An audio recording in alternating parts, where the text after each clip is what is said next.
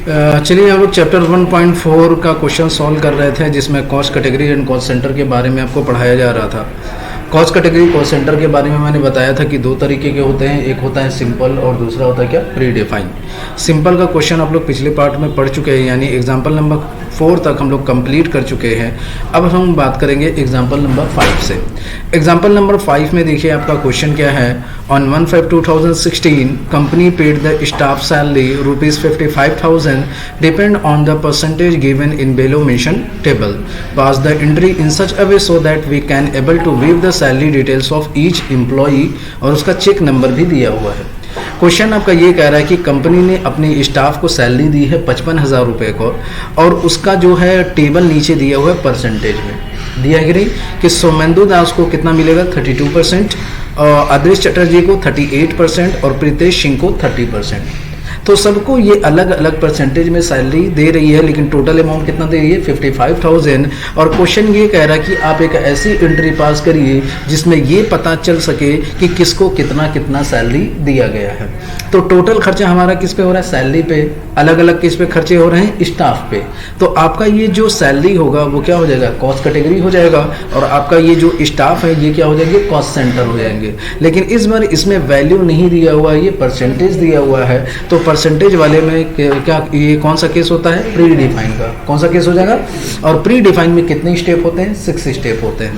पहला स्टेप आपका क्या होगा, फीचर इनेबल कराना। तो फीचर इनेबल कराने के लिए आपको गेटवे ऑफ टैली पे क्या प्रेस करना पड़ेगा, F11, और यहीं आपको दिखाई देगा इनेबल कॉस्ट सेंटर। इस फीचर को क्या करेंगे, यस करेंगे, जो आप पिछले क्वेश्चन में ऑलरेडी यस कर चुके हैं। तो आपको दोबारा यस करने की जरूरत नहीं है।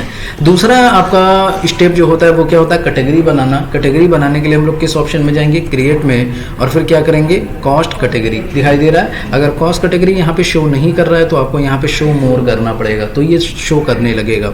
तो कॉस्ट कैटेगरी में जाएंगे, और कॉस्ट कैटेगरी किस नाम से हम लोग बनाएंगे, जिस पे टोटल खर्चा होता है। टोटल खर्चा किस पे हो रहा है, सैलरी पे। इसको एक्सेप्ट करा देंगे। स्टेप 2 भी आपका कंप्लीट हो गया। अभी स्टेप 3 आपका होता है कॉस्ट सेंटर बनाना। तो कॉस्ट सेंटर बनाने के लिए यहाँ से बैक आइए, और यहीं पे आपको दिखाई देगा कॉस्ट सेंटर। कॉस्ट सेंटर बनाते समय आपको ध्यान देना पड़ेगा कॉस्ट कैटेगरी का। यहाँ पे कैटेगरी पूछेगा तो कैटेगरी किस नाम से होनी चाहिए, सैलरी के नाम से, जो आप बना चुके हैं। नेम पहला क्या नाम था पार्टी का, स्टाफ का, सोमेंदु दास, एक्सेप्ट करा देंगे।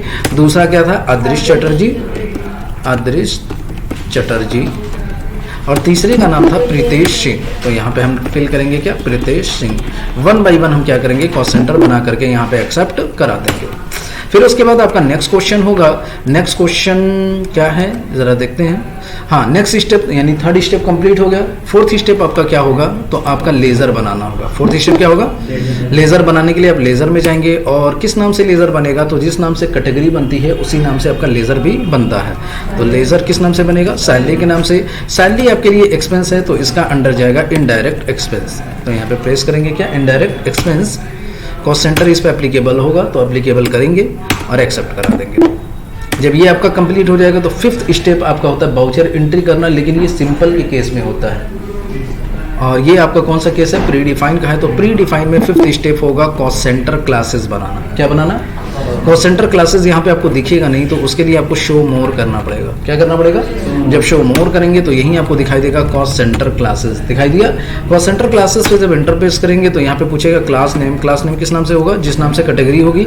तो किस नाम से कैटेगरी है आपका, सैलरी के नाम से है। सैलरी यहाँ पे फिल करेंगे, आगे बढ़ेंगे। अब ये पूछेगा आपसे क्या, कॉस्ट कैटेगरी। तो कैटेगरी किस नाम से होगा, सैलरी के नाम से। कॉस्ट सेंटर किस नाम से है, तो सोमेंदु दास। अब बताइए सोमेंदु दास को कितना परसेंटेज दिया जा रहा है, 32, 38, 30। तो यहाँ पे हो जाएगा 32। फिर उसके बाद है आदर्श चटर्जी, इनको कितना मिल रहा है, 38 मिल रहा है। और फिर लास्ट में हमारे हैं प्रीतेश सिंह, उनको ऑटोमेटिक जितना परसेंटेज होगा वो आ जाएगा। ठीक है, एक्सेप्ट करा देंगे।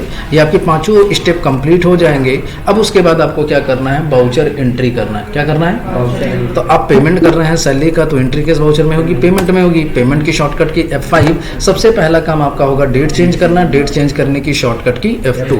किस डेट में एंट्री करनी है, 1/5 में करनी है, तो यहाँ पे 1/5 फिल करेंगे। अब देखिए, जब कॉस्ट कैटेगरी कॉस्ट सेंटर में आप प्री डिफाइन का केस करते हैं तो यहाँ पे बाउचर में, जैसे आप यहाँ पे सैलरी सेलेक्ट कर रहे हैं, तो यहाँ पे कॉस्ट सेंटर क्लासेस आना चाहिए। अगर वो कॉस्ट सेंटर क्लासेस यहाँ पे नहीं आता है तो आपका ये क्वेश्चन कंप्लीट नहीं हो पाएगा। अब कहेंगे ये कॉस्ट सेंटर क्लासेस यहाँ शो नहीं कर रहा है तो कैसे आएगा, तो उसके लिए आपको कॉन्फ़िगरेशन करनी पड़ती है, और कॉन्फ़िगरेशन करने की शॉर्टकट की होती है F12। क्या होती है? जब F12 प्रेस करेंगे ये फीचर आपका ओपन होगा, तो यहाँ पे शो मोर कॉन्फ़िगरेशन को क्या करेंगे, यस कर देंगे। जब शो मोर कॉन्फ़िगरेशन करेंगे तो यहीं आपको दिखाई देगा select cost centre oblique classes, दिखाई दे रहा है। बस इसी फीचर को क्या करेंगे, यस कर देंगे। ये नो है, यस कर देंगे तो वो शो करेगा, नो करेंगे तो वहाँ पे शो नहीं करेगा। तो ये करने लगा कि नहीं करने लगा। अब कॉस्ट सेंटर क्लासेस क्या होगा, तो क्लास किस नाम से आप बनाए थे, सैलरी के नाम से, तो यहाँ पे सैलरी आपको शो करने लगेगा। ठीक है, प्री डिफाइन में यही किया जाता है। कितना अमाउंट पेमेंट करना है, 55,000 रुपये। क्रेडिट करेंगे बैंक, कौन सा बैंक आपका है, कॉरपोरेशन बैंक। अमाउंट बता दीजिए 55,000। चेक नंबर क्वेश्चन में दिया होगा, चेक नंबर कितना है 258745 25।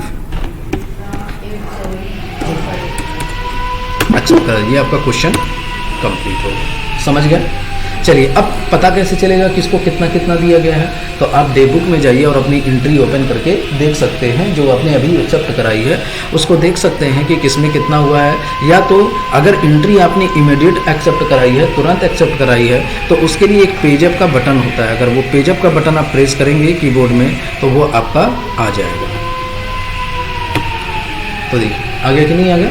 तो देखिए अब इसमें पता चल रहा है कि सोमेंदु दास को कितना मिला, अदृश को कितना मिला और प्रीतेश को कितना मिला। पेजअप का बटन होता है, वो प्रेस करना पड़ता है। तो जब आप प्रेस करेंगे तो ये आपका ओपन हो जाएगा। अब देखिए ये ओपन हो गया है, तो साफ साफ ये बताइए, हमने इसमें बताया है कि सोमेंदु को 17,600 मिलेगा? नहीं, हमने क्या किया था, सिर्फ परसेंटेज डिफाइन किया था। टैली क्या किया है, ऑटोमेटिक सबको कैलकुलेट करके दे दिया है। समझ गए। तो ये आपका क्वेश्चन कंप्लीट हो गया। नेक्स्ट क्वेश्चन देखते हैं। क्वेश्चन नंबर 6 है, company withdraw ₹5,000 from corporation bank on 25/2016 for office use. Office use के लिए कंपनी ने क्या किया है, बैंक से पैसा निकाला है। तो आपके पास क्या आ रहा है, कैश आ रहा है, तो कैश अकाउंट क्या हो जाएगा, डेबिट हो जाएगा। कैश अकाउंट क्या होगा, डेबिट हो जाएगा। और कहाँ से पैसा आ रहा है, कॉर्पोरेशन बैंक से, और कॉर्पोरेशन बैंक को क्या कर देंगे, डेबिट कर देंगे। ठीक है, तो कॉर्पोरेशन बैंक आपका एंट्री किस वाउचर में होगी, दोनों तरफ कैश बैंक है तो किस वाउचर में एंट्री होगी, कंट्रा में होगी। और कंट्रा की शॉर्टकट की क्या होगी, F4। सबसे पहला काम डेट होगा, किस डेट में इसकी एंट्री करनी है, मेरे हिसाब से 25 में करनी है। F2 करके 25 कर लेते हैं। क्रेडिट करेंगे किसको, बैंक को। कौन सा आपका बैंक है, कॉर्पोरेशन बैंक है। कितना पेमेंट निकालना है हम लोग, 5,000 रुपये। पैसा कहाँ पे आ रहा है, चेक नंबर बता दीजिएगा, 258747 258747। ठीक है, पैसा निकालना है कैश, तो ये आपका कैश हो जाएगा। ये आपका क्वेश्चन कंप्लीट। अब देखिए नेक्स्ट एंड लास्ट क्वेश्चन है। लास्ट क्वेश्चन आपका है, put the bank date from bank statement on 1/6/2016 as below. Question आपका क्या है कि एक बैंक स्टेटमेंट आया हुआ है। अब इसमें बैंक स्टेटमेंट क्या होता है, जैसे हर महीने क्या करती है कंपनियां अपने बैंक से स्टेटमेंट निकलवाती हैं। क्यों निकलवाती है, कभी कभी कोई भी ट्रांजैक्शन करना होता है तो कंपनी क्या करती है, बैंक से करती है। तो बैंक में कंपनी के पास बैलेंस होता है, तो अगर बैंक अपना मेंटेन करती है तो कंपनी भी एक जगह पे अपना मेंटेन करती है कि हमने बैंक से कितना पैसा खर्चा किया है। तो कभी कभी क्या होता है कि उनको अपना मैच कराना होता है कि हमारे पास जो बैलेंस बता रहा है वही बैंक के पास है कि नहीं है। लेकिन एक्चुअल केसेस में, ज़्यादातर केसेस में बैंक का स्टेटमेंट और आपके कैश बुक का स्टेटमेंट मैच नहीं करता है। क्यों नहीं मैच करता है, उसका रीज़न ये होता है कि जैसे सपोज दैट आज आपने चेक काट के किसी को दिया, तो आप अपने कैश बुक में एंट्री कर देंगे कि आज हमारा बैंक से पेमेंट कट गया।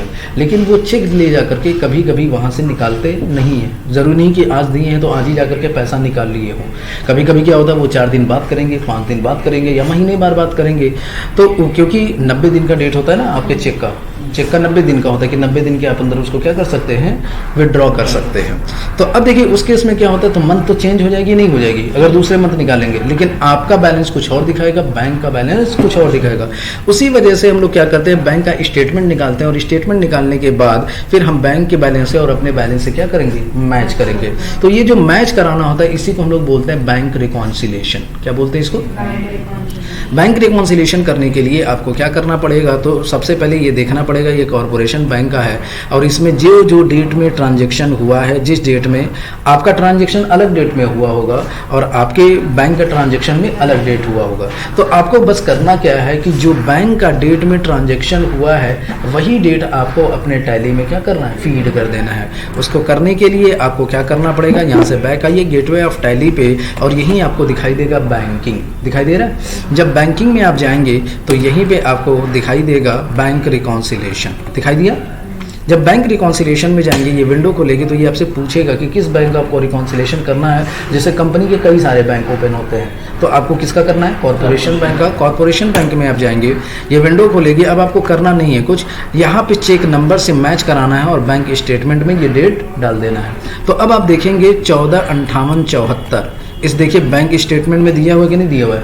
14/58/74 ये कब क्लियर हुआ है, 25 में, और आपने जो इसकी एंट्री की थी कब की थी, 15 में। तो बस आपको करना क्या है, यहाँ पे बैंक का डेट डाल देंगे क्या, 25, यानी ये रिकॉन्सिलिएशन हो गया, क्लियर हो गया। फिर अब बात करेंगे 25/87/45। 25/87/45 अभी तक यहाँ पे हुआ नहीं है, यानी अभी तक ये पैसा वहाँ से निकला नहीं है, तो इसको हम लोग ब्लैंक ही छोड़ देंगे। जब बैंक का डेट हमको पता चलेगा तब वहाँ पे जाके वो डेट हम डालेंगे। आगे बढ़ेंगे, फिर क्या है 25/87/46। 25/87/46 यहाँ पे दिया हुआ है, ये कब हुआ है, 2/5 में। आपने भी एंट्री कब की है, 2/5 में, तो यहाँ पे 2/5 हम क्या करेंगे, फीड कर देंगे। फिर है क्या आपका 25/87/47। 25/87/47 भी अभी तक क्लियर हुआ है।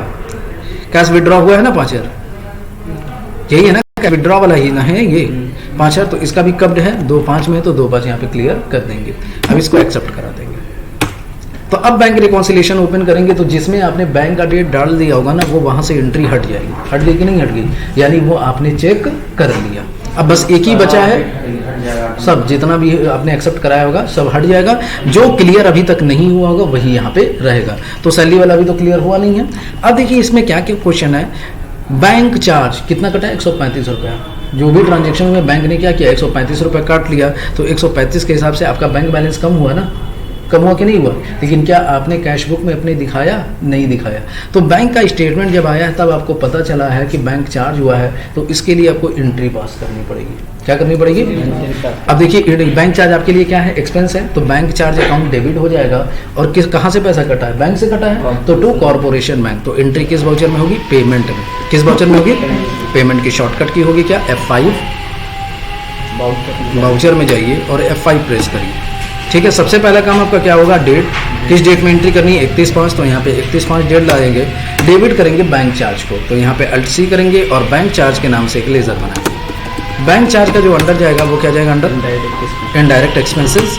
कॉस्ट सेंटर इस पे नो कर दीजिएगा क्योंकि इस पे कॉस्ट सेंटर हमको बनाना हो जाएगा। अमाउंट कितना था, 135 था। क्रेडिट करेंगे बैंक, कौन सा बैंक है आपका, कॉर्पोरेशन। चेक नंबर पूछेगा तो चेक नंबर अगर क्वेश्चन में नहीं दिया हो तो नहीं डालेंगे, एक्सेप्ट कर देंगे।